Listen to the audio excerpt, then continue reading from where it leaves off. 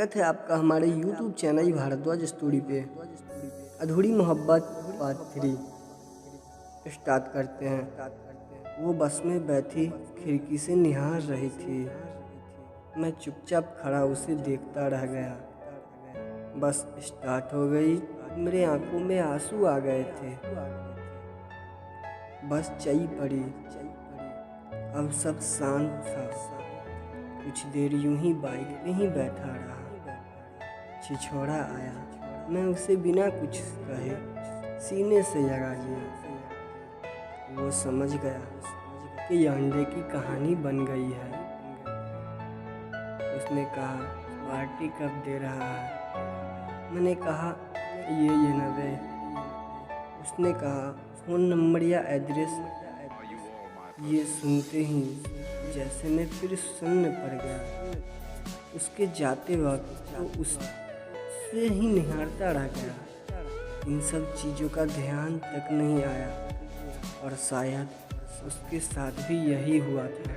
इसी बीच फिर एक उम्मीद की किरण जगी। रिजाई, हाँ वो अपना रिजाई पीने ज़रूर आएगी। छिछोरे ने कहा, बेवकूफ़, आशिक उस दिन पक्का मांग लेना।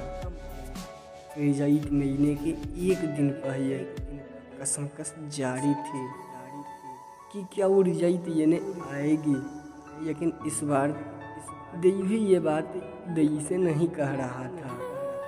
रिजाई देने देर से पहुंचा। छिछोरे से मुलाकात हुई। बोया, मैं भी आ रहा हूँ। सुमन कहीं भी दिखाई नहीं दे रही थी। रिजाई देते वक्त सर ने शाबाशी देते हुए कहा, बहुत अच्छे नंबर है। तुम्हारे अच्छे नंबर से पास हुए हो। 89% मार्क थे। लेने के बाद सिग्नेचर करने लगा। रजिस्टर में तो देखा कि सुमन के कलम के आगे टिक लगा हुआ है और किसी का सिग्नेचर पड़ा है। एक समय के लिए जैसे कई धड़कन ही बंद हो गया हो। सर से पूछा, सुमन आई थी रिजल्ट लेने? उन्होंने कहा, नहीं, उसके नाना जी आए थे। नाना जी? सर ने कहा, हाँ, वो अपने नाना जी के यहाँ रहते थे। उसका घर दिल्ली है, अभी वो घर गई है। मैं रिजल्ट लेने बाहर आ गया। उसकी एक सहेली से पूछा। उसने कहा, उसके पास फ़ोन नहीं था, इसलिए किसी के पास उसका नंबर या एड्रेस नहीं है। शिद्दत भरी मोहब्बत धुमिल होती दिख रही थी। अब सब सामान्य था या असामान्य, कुछ समझ नहीं आ रहा था। उसे दोबारा मिलने की सारी संभावनाएं खत्म हो चुकी थी। बेचैनी ने घेर लिया था। ऐसा लग रहा था मुझ में ऑक्सीजन की कमी हो रही थी। यहीं से सांस नहीं ले पा रहा था।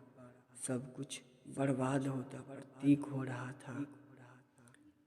छोरा आया, मेरे कंधे पर हाथ फेंक बिना कुछ कहे चुपचाप घर से निकल गया। मैं भी घर को निकल गया था। दिमाग में तरह तरह के सवाल उठ रहे थे। कहीं सुमन के प्यार का इकरार झूठा तो नहीं था, या फिर वह महज मजाक तो नहीं था। लेकिन दिल इस बात की कभी गवाही नहीं दे रहा था। वो खुशी झूठी नहीं हो सकती, वो हंसी झूठी नहीं थी, वो आंसू झूठे नहीं थे। फिर वो प्यार इकरार कैसे झूठा हो सकता है?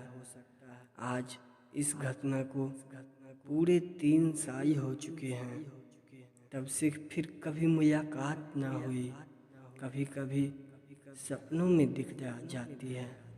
आज भी कभी फेसबुक पे सुमन नाम से रिक्वेस्ट आती है तो दिल झन से उठता है।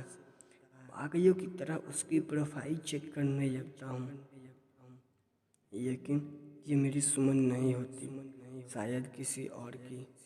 आज भी अपने स्कूल में नए साल प्रारंभ होते हैं।